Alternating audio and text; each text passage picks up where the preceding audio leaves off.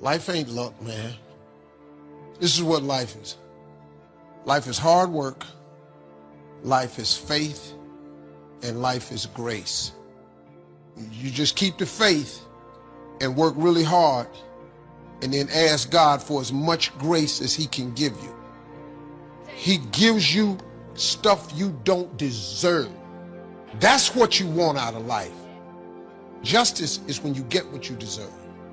Mercy is when you don't get what you deserve.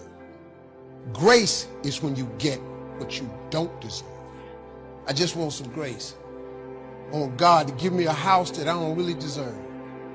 See, that's the problem with people. They think they deserve something. No, you don't. I work really hard. Everybody work hard. You just need some grace, man.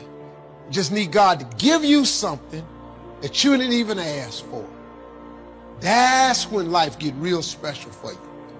So you can want all you want, but if you line up with the will of God, what God has planned for you is way better than anything you could ever plan. That's how you get the life of your dreams, man. Give us this day our daily bread. Don't ask for nothing else. Quit worrying about tomorrow. When you worry about tomorrow, you're off into something you have no say-so in. You have no control. So why would you worry? By worrying does not add a single hour to a day. You'd be amazed what would happen to you if you quit tripping about tomorrow. Today is plenty. Worry long enough, it'll drop you to your knees. Could reduce you to begging. I know how bad this one is. I used to have it bad. But I tell you what, my advice to you is do what I finally did. Give it up. I'm not saying it's easy. I'm saying it's worth it. And I discovered you could live the most incredible life free of worry. Not free of challenge, free of worry. The Lord knows when is often an expression.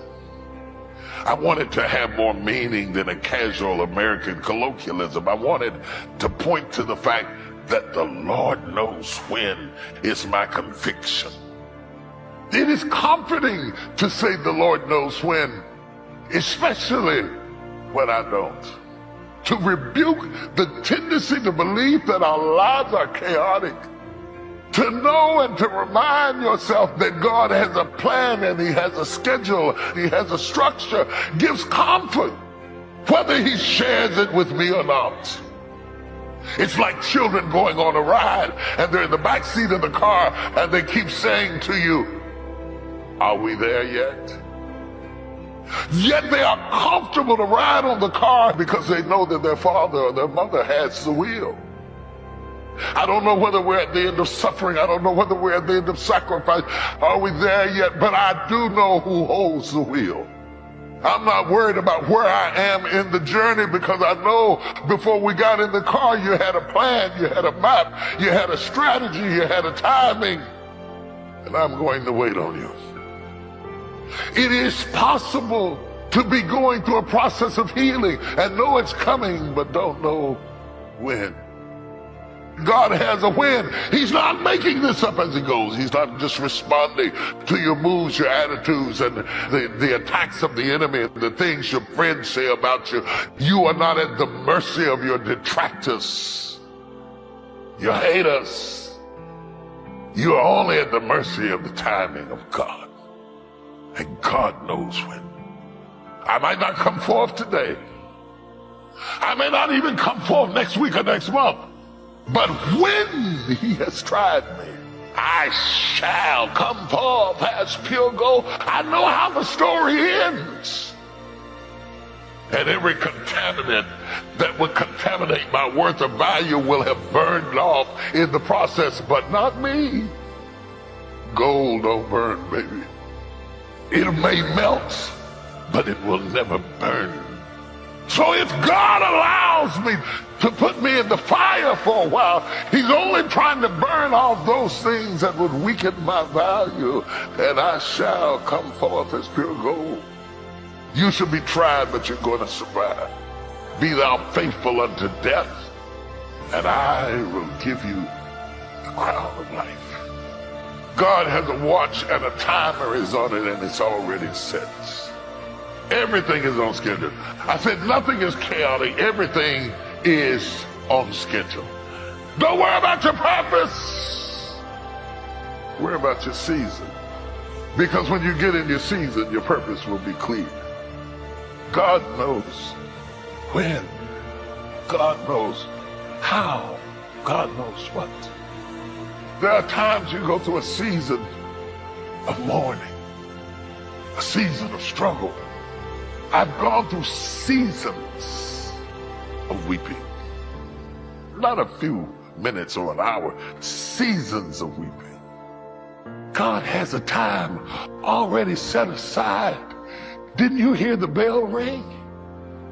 Did you not hear that weeping may endure for a night, but joy comes in the morning? Do you not know that God has a win?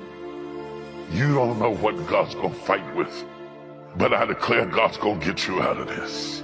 You don't know who God's gonna use, but God's gonna get you out of this. And all of a sudden he began to turn everything around. In one moment, the weeping turned to laughter. And your tongue was singing. And all of a sudden, I am going to bless you so good that even the unbelievers are going to say the Lord have done great things for them. You know, people they write books about success. And people kill me when they write about success, but they don't tell people about God. You're trying to be successful without God, you ain't gonna make it. You might make it a little way, but you can't stay there. You have to have faith, man. You don't believe in God? Go to hell. If you want to go to hell, I'm perfectly comfortable with that. Just don't drag me with you. I was interviewing this guy, he said, well, Steve, you're opposed, there's no heaven. Well, then I lived the best life I could and there's no heaven. You got a bigger problem. Pose it is. I don't believe God would burn us up. Well, why take a chance? You know the real reason I want to go to heaven? Because I want to see my mama. I remember when I bought the home for my mother and she came. That was my first major goal. And as she went from room to room, looking at the house and saying, thank you, Lord. No one ever could have convinced me that this could have happened to me. She said, no one could have convinced me that day when I walked in that house and this lady was holding you and your brother. And she said, ma'am, I want you to promise me two things. She says, one, promise me that you won't separate them. She said, I promise I won't. I've never had children. I promise I won't separate them. And she said, promise me that you'll never tell him about who I am, because if my husband ever found out, he would kill me. And she said, as I held y'all in my arms, I never had any children of my own. I didn't know how I was going to do it, but I knew with the help of God, I will do it. My mother had a dream of having children. She didn't know how she's going to do it. You're going to be just like that. Well, you don't know how you're going to make this happen, but you just feel within yourself some way, with the help of God, I'm going to make it happen.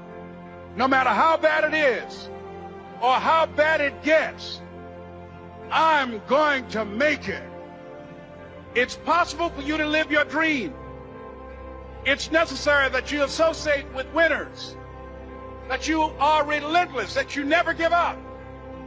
You've got to make it your personal business to make it happen. That it's hard, but you've got to say, I'm the one. But you know it's going to be hard, but find out what will make it worth it for you.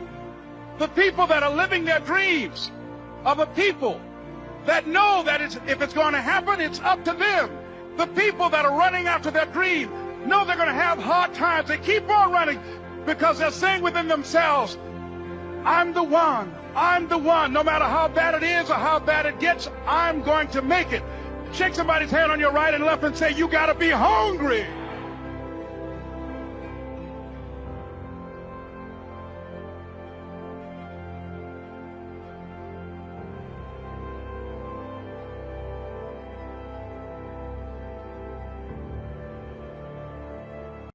To challenge your ideas about yourself, because you came out of a history just like I did, where we were formerly oppressed by colonial imperialism, which taught us some ideas that were not true about you. You were trained to be maids and yardmen and farmers and workers on plantation and serving tea, cooking for people. You were not trained to own a business and build a company and lead a country and buy your own oil field or invest in your own gold mine. It's always somebody else doing it, because you've been trained that you cannot and should not try to own an oil company. And so we accept the idea. So our philosophy says we cannot own that. So we have been trained to be an employee, not an employer. As a matter of fact, we've been so brainwashed by the wrong philosophy that we are afraid to own things. We are afraid of success. Even the religion we were taught reinforced our lack of self-belief.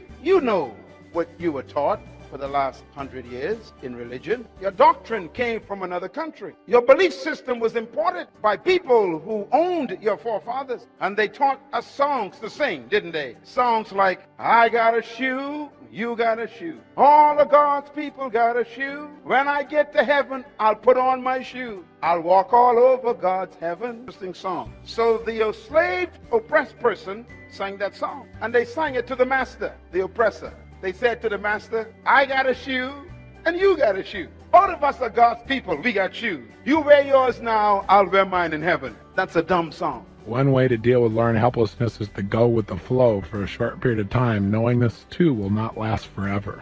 Well, you remember a moment ago I said that I might have to leave soon? Well, I already left. But through the magic of technology, here I am, not at home, but in Hawaii. This is the power talk called On the Road with Anthony Robbins. I'm here in Maui, actually, looking out over the ocean.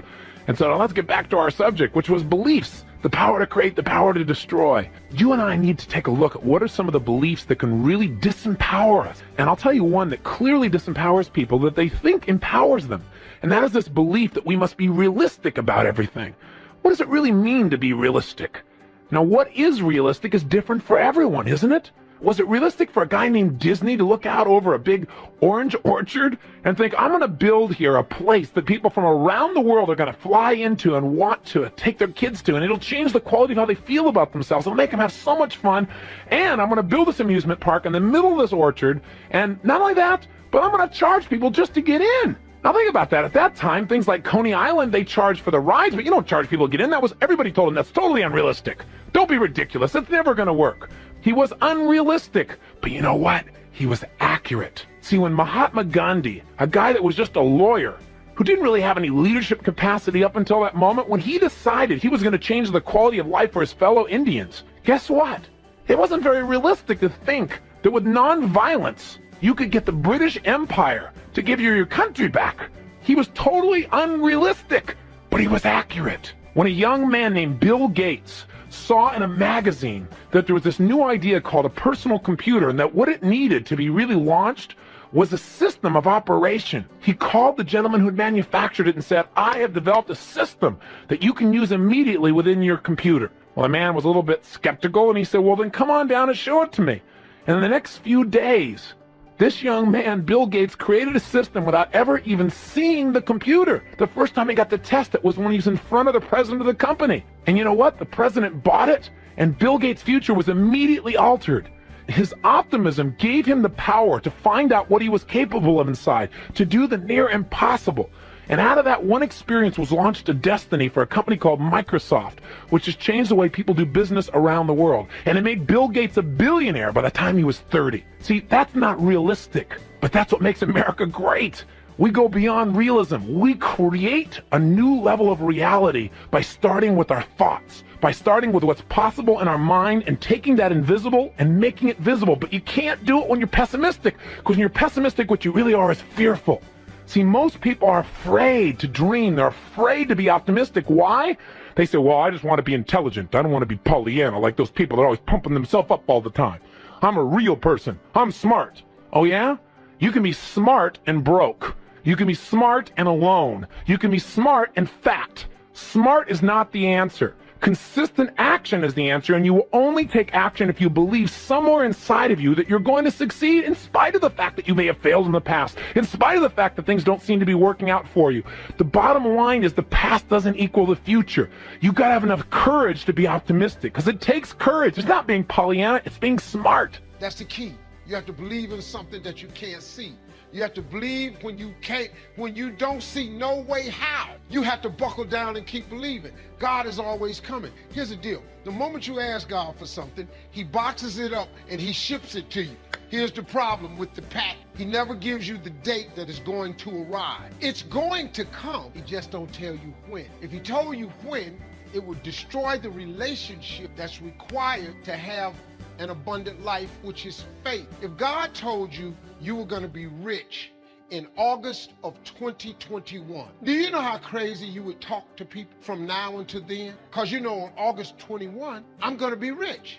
But he don't tell you when the package is going to arrive. So here's the deal. He wants you to stay in faith to receive the package, because he only delivers to faith. If you step off over here to I don't see how Boulevard, he don't ship. If you get over here to I don't see how Cirque does not ship, he only sends the box faith. So when he sends it and you'd have moved off faith, the package got to go back. It's just like UPS or the post office. If they send you a box and you ain't home, they take it back. That's how it works, man. Let me tell y'all something. Being successful is not a magic. You just have to learn the principle. I got nothing like that to tell you. I didn't finish school. I flunked out. I'm on my third marriage. Lost everything I've owned twice. Been homeless, lived in the car. I am telling you, your education ain't got nothing to do with it. Education ain't in the Bible. Emory is not in the Bible. It ain't Harvard, ain't it. Look, fine.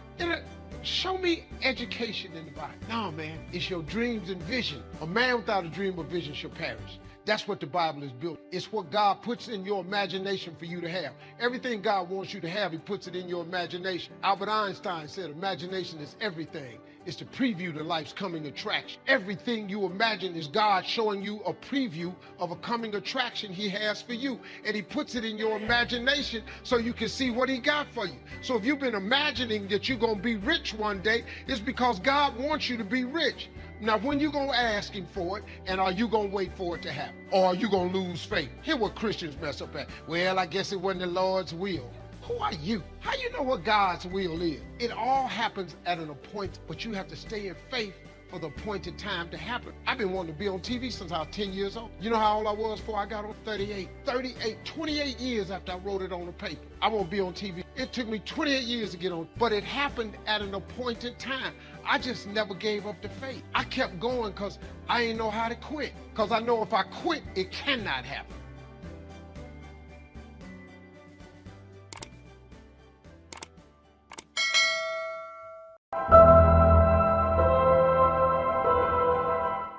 I think the greatest gifts in life and is belief and exposure, right? Because a lot of times for me personally, the reason I say that is there was a lot of moments in my life to where it was people that saw things in me that I couldn't see in myself. And they believed in me in a way that I couldn't believe in myself yet. And I rented their level of belief until I got strong enough to possess my own, right? It's like when you're young and they see you, and it's like even when you start out doing what you're doing, you could be talented, right? And somebody older than you or more experienced than you can see you and know like, oh man, if he did this or if he does this, man, he could be great, right? And they can come to you and say, hey kid, man, you got something. Like you could be great, right? Like my teachers and my coaches, when they came to me and they was like, son, I'm telling you, you could go to college, man. Like you really, I know you're talking about it, but your circumstances are saying different. I think you can do it, right? And when they said it, I'm like, oh, I can do it. Like I can make it happen because they're believing in me making it happen. I think I can do it. So I think belief, and the reason I say exposure is because like, I think when you show people things, that's powerful. I think exposure sparks inspiration, right? Exposure sparks motivation. Like when I was coming up in that 2-bedroom house with all those people, and I went to the other side of town with my coach, and he was like, no, you don't have to live like that. You can live a normal life, right? It changed my whole mindset. And my mindset can never go back to the way that it once was because I have been exposed to something different, to something new. So I think belief and exposure are two of the most powerful things that can happen to a person.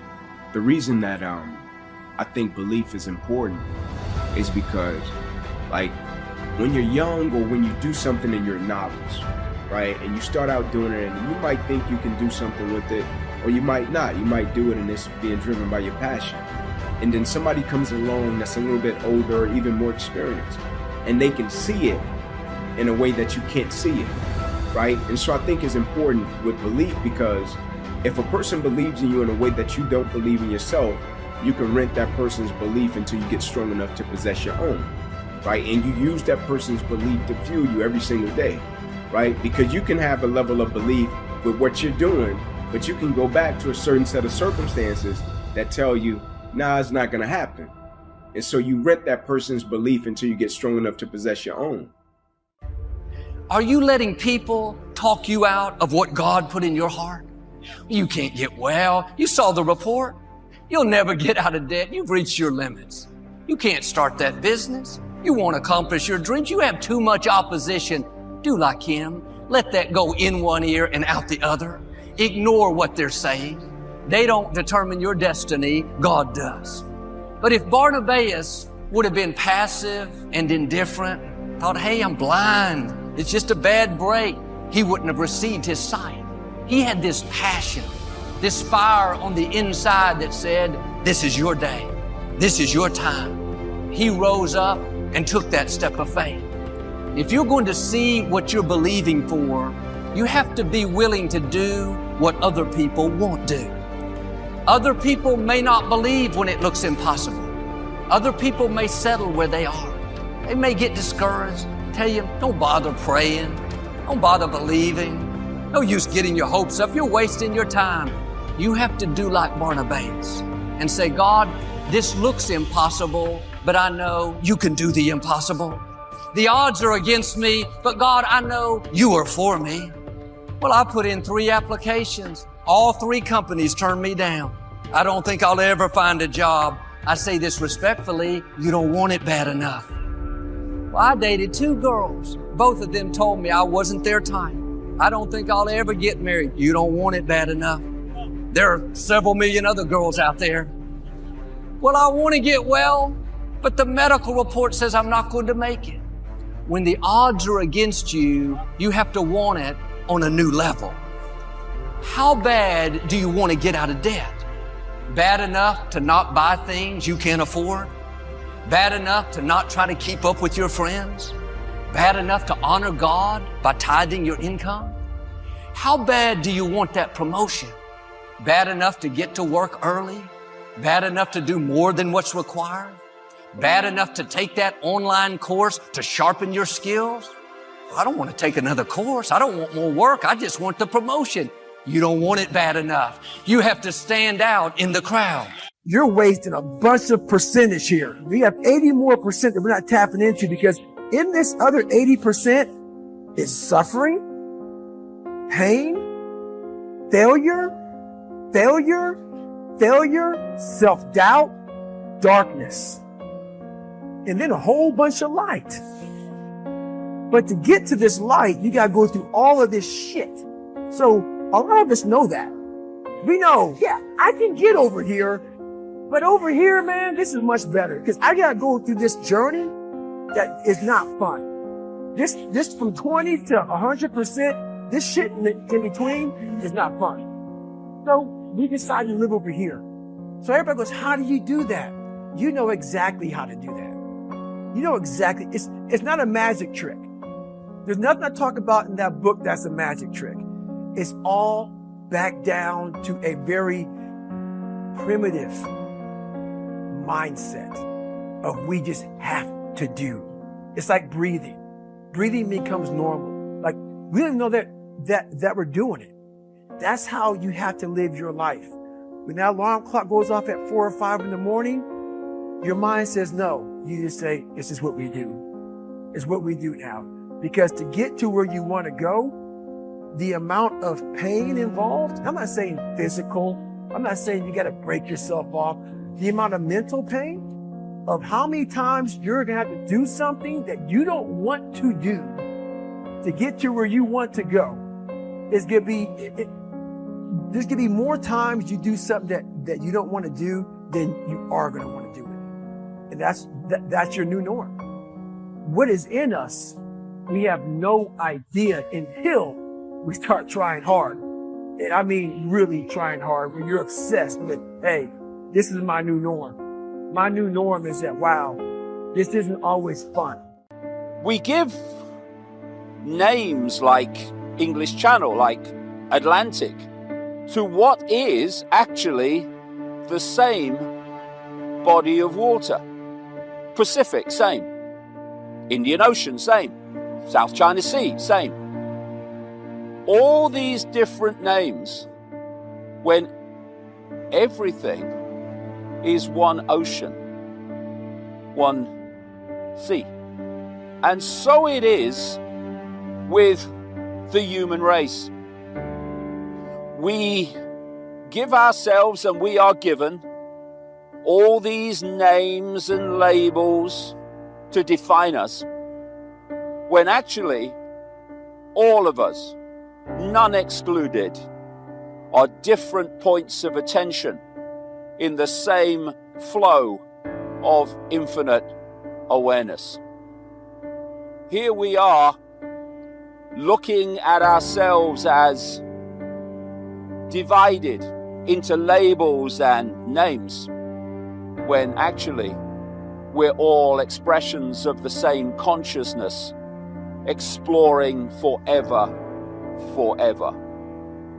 The names, the labels, are just brief experiences, as human is a brief experience for the consciousness that is having those experiences.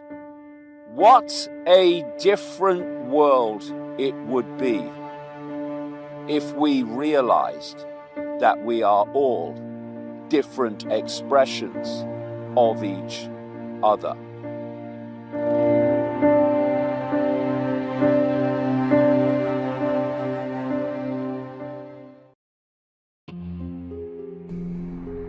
Just ask that you can get wiser and stronger and better, and be able to take care of your own responsibilities. Get better.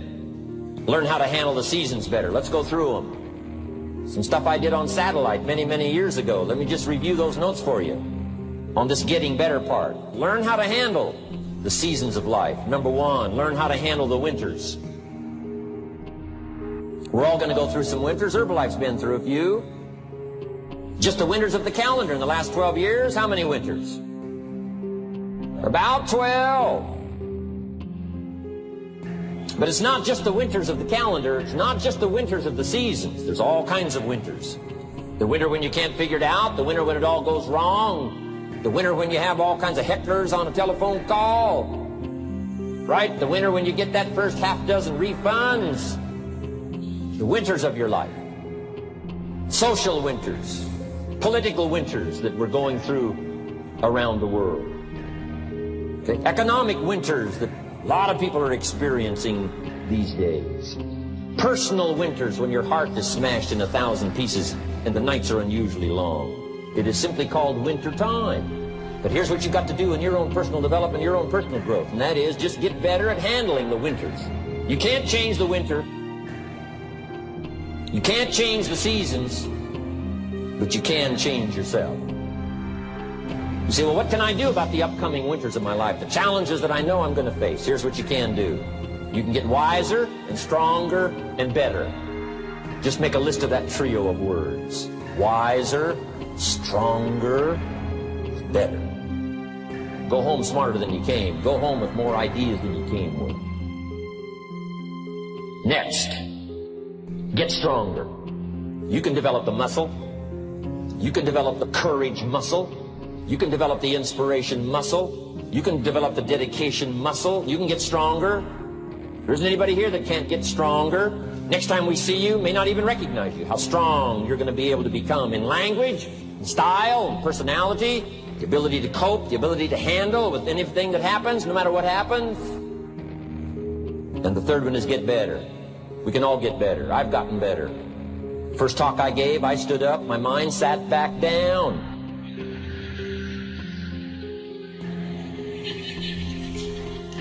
I love to wait for the translation to finish, see if I can get some more reaction here.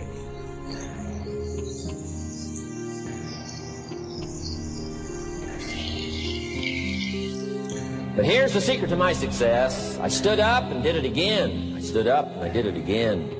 And I did it again and I did it again all those many years ago. I did it when I was scared, and I did it when I didn't want to, and I did it when I was ill. And I did it when it didn't work well, and I did it when they didn't appreciate it, and I didn't a lot of times when I didn't know much what I was doing. I just did it anyway. And now all these years later, I'm asked to walk on this stage with the greatest introduction I've ever had, the greatest response and welcome I've ever had, the greatest opportunity I've ever had to touch this many lives with a mixture of words and heart and soul. I got better. I got better day by day and week by week and month by month, and I'm asking you to do the same thing until you can develop a long arm and a long reach, until you can develop influence that won't quit. Touch people next year you couldn't touch this year. Touch people now you couldn't touch before. Conduct a meeting now you couldn't conduct before. Heart and soul now mixed in there that wasn't there, missing before. I'm asking all of you to get better in spite of the winters, in spite of the downturn, the money downturn, the social downturn, the personal downturn, whatever it is. Just get stronger. Get better. We've all got those personal winters. We know what those are like. Barbara Streisand sings, it used to be so natural to talk about forever, but used to be's don't count anymore. They just lay on the floor till we sweep them away. You don't sing me love songs, you don't say you need me, and you don't bring me flowers anymore. A winter song. But hey, we're acquainted with all those personal winters and all the rest of it. The key is not to wish for a better winter. The key is to wish for more strength, more wisdom, more courage, get better, get wiser, get stronger. I wrote this down in the late 70s, and it's still true today. Here's what I think a growth environment is. A growth environment is a place where others are ahead of me. In other words, I want to be around people that are better than me. I want to be around people that are more successful than me. I want to be around people that are faster than me. And that's exactly what you have in this organization. You got some pace setters, don't you, huh? You got some amazing pace setters. Let me just put it this way. When you're at the head of the class, you're in the wrong class. That's good, isn't it? Yeah, it is. What do you say? It's just good. My name's John. I'm your friend. A growth environment is a place where I am continually challenged. I'm continually challenged. I mean, every day I get up, I got another hill to climb. I'm not looking for the hammock. I'm looking for the hill. A growth environment is a place where my focus is forward. It's right out in front of me. It's not behind me. It's not the good old days. It's not yesterday. A growth environment is a place where the atmosphere is affirming, where the people around me, they're encouraging me. Encouragement is the oxygen of the soul. A growth environment is a place where I am out of my comfort zone. In other words, I'm telling you, I'm taking virgin territory. I'm going places where I've never been before, and I'm not one bit comfortable. I'm nervous, and I'm excited. I'm stretching, and I'm praying, and I'm holding on, and I'm just, help me, Ron, to help me, Ron, to help. I'm over my head. Are you with me? And can I tell you something? You want to be over your head. You want to be over your head. You don't want to be in the wading pool of life with ankle deep water. Get over your head. And by the way, when you're over your head, it doesn't matter how deep the water is. You're over your head. The growth environment is a place where I wake up excited. Man, I know a lot of people, they don't even wake up. We're supposed to leave our footprints in the sands of time, but a lot of people, they're just leaving their butt prints. Yeah, they just got butt prints in the sands of time. They're not doing anything. You with me, huh? Hello, come on, talk to me. There are some people, they're already dead. They just haven't made it official yet. A growth environment is a place where failure is not my enemy. It's not my enemy. Failure is my friend. Oh, yes. I write 3 books at a time. This one's not out yet, but I've written it. It comes out next year. I love the title. Sometimes you win, sometimes you learn. It's good, isn't it? That's good. It really is. A growth environment is a place where others are growing. Some of you, I've seen some people, they win the race, but it was because no one else was running. I won. Oh, where's everybody? Oh, I won. Steve Harvey's coming to the front. I got a belt that's too big, it's tied around me twice. I'm skinny, and I'm heading to the front. I walk like, they used to call me Tater Chip in school, because I was shaped like a potato chip. And I walked up there, and I'm standing in front of class. Now, I told you a minute ago I had a severe stuttering problem in school. I could not talk outside of my house. I stuttered severely. I thought this woman was gonna give me a gold star because I figured nobody else in the class had wrote, I want to be on TV but me. So mine must be the best answer of all of them. So I'm standing up there, and that lady started in on me. She didn't call me up there to give me no gold star. She called me to the front to humiliate, and that lady did. She said, why did you put something like this on your paper? Now, you've called me to the front. You know I have a stuttering problem. You know I can't talk. So she started, why did you write this on your paper? Who in your family ever been on TV? Who in this school ever been on TV? Who in this neighborhood has ever been on television? She said, why would you write something like that on your paper? And look at you standing there, you can't even talk. I was crushed. Why would you write that on your paper? You can't even talk. This is a teacher. You're supposed to be shaping and molding my mind. We pay you to educate. Why would you write something like that on your paper? You'll never be on TV. Every Christmas, I send her a flat screen TV because I don't want her to miss me. I wanted her to see what God had done for me. The fact that they don't see the dream, the fact that they don't see what you can be has nothing to do with what God can do. Nothing at all. I don't care who you are, go cut your TV on. You cut your TV on 7 days a week. That little black boy with the stuttering problem, he all over that TV. That little black boy messed around and became a TV star. She didn't see it. How many times have you shared a dream with somebody and they didn't see it? See, that's why the Bible says a man without a dream or vision shall perish. Because you can't make it without dreams and vision. If you in this room and you on a team, you know why Wayne is so successful? You know why? Because he set goals. I bet you, he got a target for what he's shooting at. He got a vision of where he's shooting at. When he won Team Member of the Year the first year, I bet he said, I'm gonna do it again next year. I bet he did. I bet he did. Because guess what? If you see it, you can achieve it. If you don't have vision, you can't make it in this world. I don't care if you got on a lime green shirt. I don't care if you got on a black suit, a white t-shirt, or a pimping gold mohair. Without dreams and visions, you can't make it. I'm going to give you 2 scriptures that changed my life. Now, I told you, I'm going to motivate you, but I can't without faith. Another. Then the word of the Lord came unto him, saying, all of this happened in the silent sermons of God. As I close, what is going on in the silence of where you're at right now? What does God want you to see about his ability to make you another person? What is God showing you? In the silence of the times we've been living in, I have been amazed at how little God needed my stuff to run his church. That God didn't need my parking lot, and he didn't need my building, and he didn't need our theatrics, and he didn't need anything. That God didn't even need us to be here to run his church. That God is still God.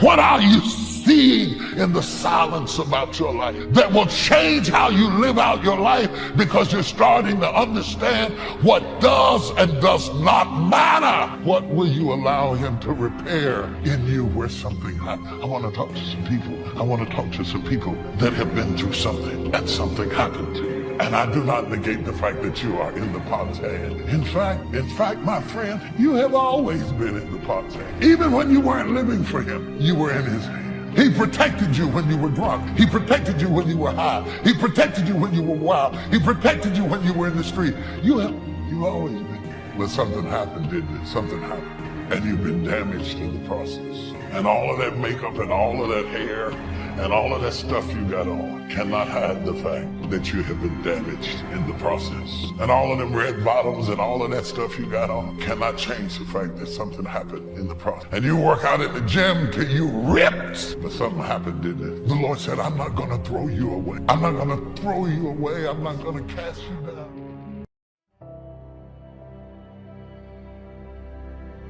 I remember when I was stuck in anger for a long time. when I made a commitment to my adopted mother that I was going to purchase her a home. I'll never forget the experience of working real hard to get the money for the down payment. Someone had told me of a beautiful home in an exclusive area of Miami. Went to see it, took my mother there, and she said, yes, I want it. It was on the water. We went to the closing. My attorney said, Les, have you had a title search? I said, what's a title search? Well, we just take a couple of days to check it out and make sure there are no liens against the property that you might have to pay if you buy this home. The guy who was there selling me the house, he said, listen, he said, the only reason that I'm selling you this house and selling it at a loss is because I admire the fact that you want to purchase this house for your mother. I have another guy who will give me substantially more money, but I like it. And I've got to get back to Philadelphia. Now, if we cannot consummate this deal now, then the deal is off. I said, there are no liens against the property? He says, no, of course not. I looked at my attorney. I said, I believe him. I'll sign. She said, Mr. Brown, I'm not questioning his honesty. She said, but business is business. I signed that contract. And we had a big celebration. Everybody in the neighborhood was talking about Leslie coming home, one of the twins that Mamie adopted, to buy her a home. Child, isn't that nice? God is going to bless him. A few weeks later, I received a letter, a registered letter, indicating that the house was going up for sheriff's sale. On the courthouse steps, a man had filed a $12,000 lien against the property because the previous owner owed him that money. And if I did not come up with $12,000 in 30 days, he was going to sell the house to the highest bidder. I called this man and said, mister, my name is Les Brown. I purchased this house. I had nothing to do with your prior bill. He said, that's not my problem. He said, you should have had a title search. I said, can you give me time? I said, my mother is an older lady. She has a bad heart. And I said, please. I said, if you just give me the time, I don't know how I'm going to do it with the house note and everything else, but I think I can pay you at least $2,000 a month. And within 6 months, somehow I will pay you your money. He said, no, I want it all in 30 days or you get out. I did everything I could, racked my mind thinking about how I could get $12,000 because I took everything I could to get the money just for the down payment and the closing. I finally had to face the reality that I wasn't going to be able to do it. I was up around 2 o'clock in the morning walking back and forth thinking, how was I going to tell my mother this? My children were there in the room sleeping all night long. I agonized over this. I lost over 23 pounds. Pretty soon I went in the room where my mother was sleeping and I said, Mama, I got down on my knees by the bed. I said, Mama, I got to talk to you. And she said, what's wrong? I said, Mama, I said, we got to get out the house. I said, in my haste to buy the house, I made a mistake. She said, that's all right, baby. I didn't like this house anyhow.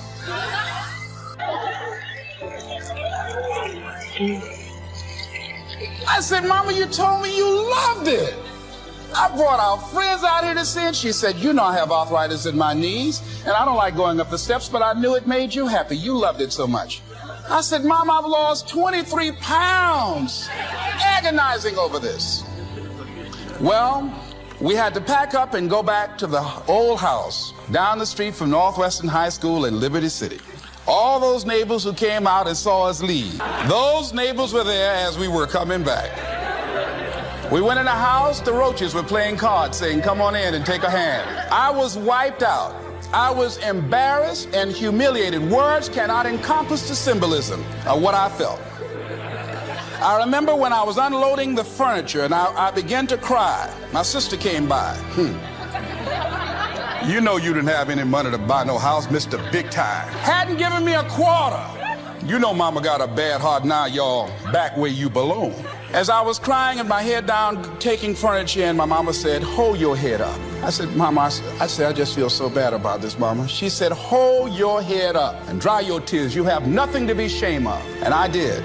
Now we could talk of the wealth of experience, the wealth of friends, the wealth of love, the wealth of family, the wealth of culture, wealth of many kinds. However, in this program, we are more specifically going to talk about wealth in the sense of financial freedom. Wealth that comes from the conversion of effort and enterprise into currency and equity. For each of us, the amount of money required to be wealthy will differ, but the dream for all of us, I'm sure, is the same. Freedom from financial pressure, more freedom of choice, freedom to enjoy, and the opportunity to create and to share. Wealth, the possession of great financial resources that improves the quality of your life and gives you added dignity and expanded lifestyle. So decide for yourself what wealth means to you. Latch on to your own mental image of wealth, and let's see if the ideas I'm about to bring to you will make sense and perhaps provide you with the inspiration to put the plan into high action. so that as the days pass, you will discover a growing sense of freedom and dignity, self-worth, substance, and lifestyle. Elijah's in the cave. And let me tell you something that's amazing. I realized something. Nobody saw him under the juniper tree, and nobody saw him in the cave. The last time he was in public was on Mount Carmel. And on Mount Carmel, he was Superman. So everybody thinks he's Superman. Only God knows that he's Clark Kent. Isn't it funny how everybody can think you're better than you are, stronger than you are? Oh, you know, when you're good at what you do, people use you, almost abuse you, which is really a compliment because they can count on you. They don't think that you're human. Oh, Mary's just always nice. Oh, Frida's just always good at her job. Oh, Pastor so-and-so just always, he's just amazing. He's amazing. Our pastor's just amazing. He's amazing. I just went to First Central and oh, it's just amazing. It's amazing. Well, they see you on Mount Carmel. Nobody knows about your juniper trees and your caves. Nobody sees your secret places of frustration but God. And he's up under the juniper tree. And I think, you know, sometimes I think you ought to take a moment and just thank God that he gives you privacy with your pain. A luxury you will not have if you continue to succeed, I might add. Because the benchmark is when you really go mainstream, the hardest thing to have is privacy with your pain. So while you're fighting to be discovered and fighting to be exposed, be careful. Because once that light hits you, it don't just show your Carmel, your Mount Carmel. It shines right up under your juniper tree and right into your cave and into your kids' caves. Be careful what you ask for, you might get it. If you have nothing, I live in Fiji a portion of the time. I have a home there, a resort there, and families and villages there that I interact with for the last 25 years. When you go to Fiji, you walk down the street, you drive by, and people jump up and they yell, "Bula, bula, bula," which means welcome, be happy, we love you. And you drive by 5 minutes later and they jump up, "Bula, bula, bula." And you're going like, what drugs are they taking? No one's paying them. But they're so happy. They're in such a different state. They've learned to focus on something else and come up with a different meaning for life.